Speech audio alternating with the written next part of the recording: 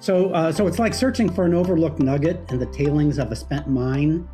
This compositional similarity between commercial alloys and HEAs makes it much harder for the 3D transition metal HEAs to compete with and to displace compositionally similar commercial alloys.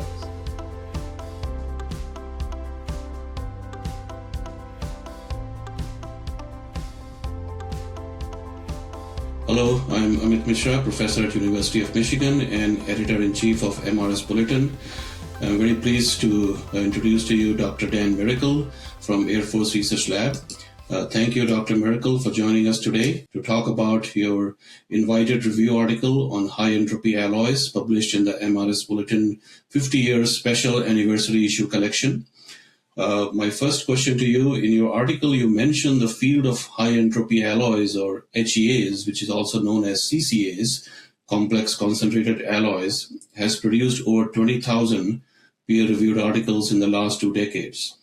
What are some of the breakthrough engineering applications from this research field that have made economic and societal impact? And how can industry be effectively engaged in alloys research upfront? It's a great question, Amit, and I'll have to say, honestly, I asked myself exactly the same question as I was writing the paper that you just referred to. To answer the question, I'm now finishing a companion paper called Commercial Alloys Through a High Entropy Lens. This will be published in the MRS Bulletin.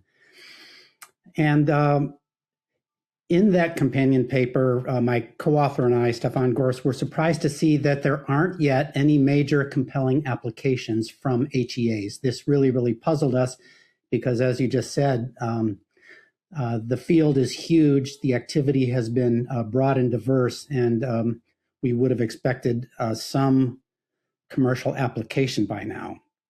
So we started with the hypothesis that many HEAs are compositionally similar to many commercial alloys, especially those based on 3D transition metals.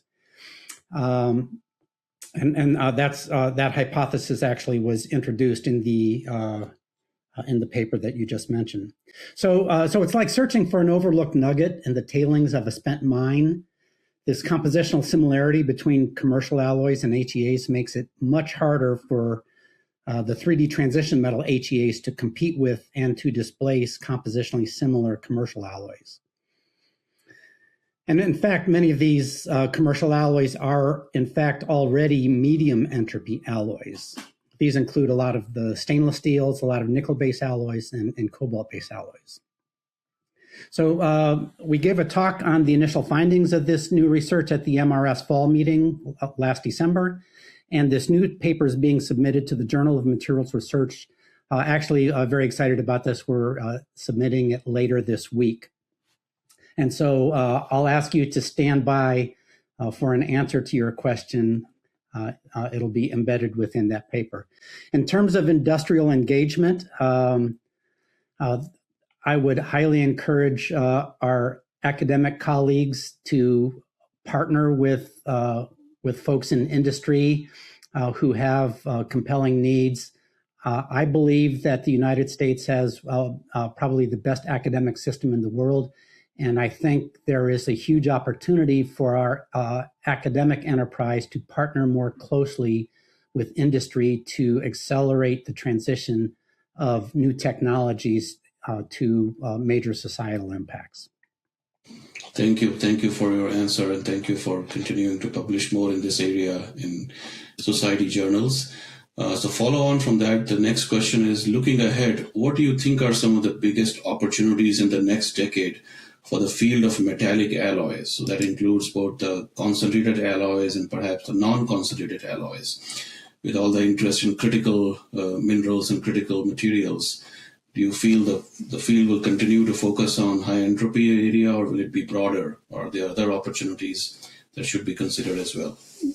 I will start by stating from the front my bias. Throughout my career, I focused on structural materials in general, and specifically on materials for high temperature structural applications.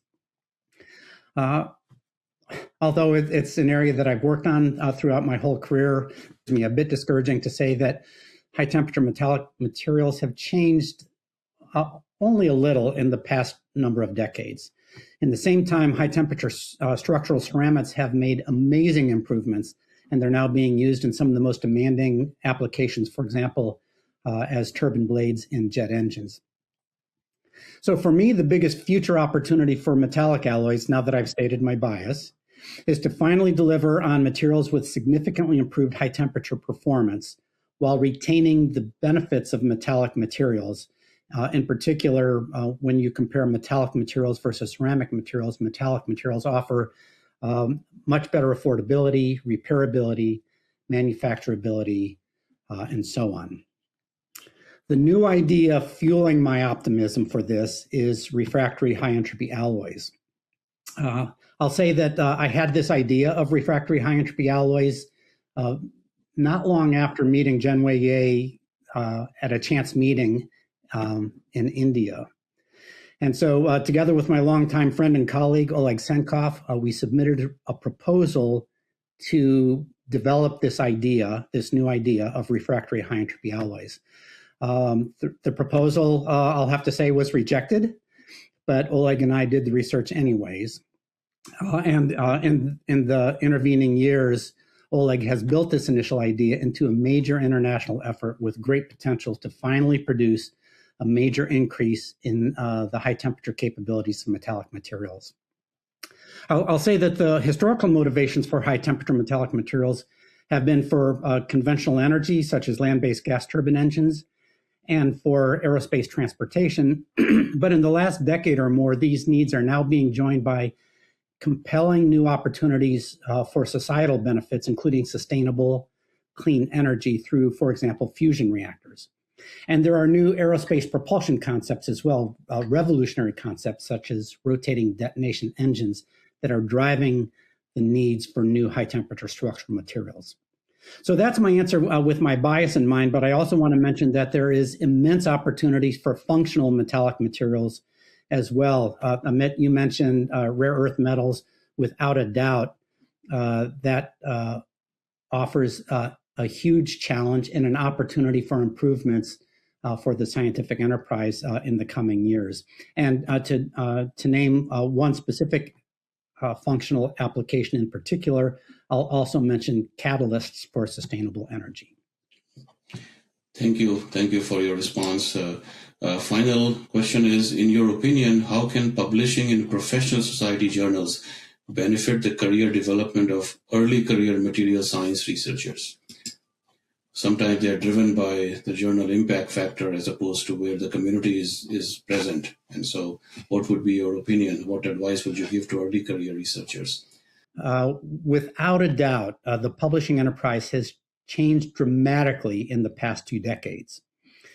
And so this is really a very important question. Why should an early career professional publish through a professional society's journal rather than any of the many other options that are available?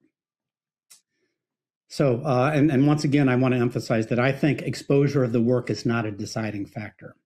So let's focus for a moment on professional societies. In addition to providing a high quality forum to communicate research, both written and oral research, for example, I'm talking about forums like the MRS Spring Meeting or the MRS Fall Meeting. In addition to doing that, professional societies also make many essential contributions that aren't part of the business model for most journals and publications. So specifically, societies like MRS advance our profession by offering scholarships for emerging technical leaders, by supporting career development of its members, by impacting the profession through committee leadership roles, by forming essential partnerships with other societies, and of course, by publishing essential data and handbooks, by supporting certifications, and also by offering recognition and awards for exemplary accomplishments. So publishing in a professional society's journal supports all of this, while publishing in many journals simply meets a profit motive. So in short, for me, publishing in a professional society's journal helps support the many different activities that address the needs of the society membership, including early career professionals. It also advances the profession as a whole.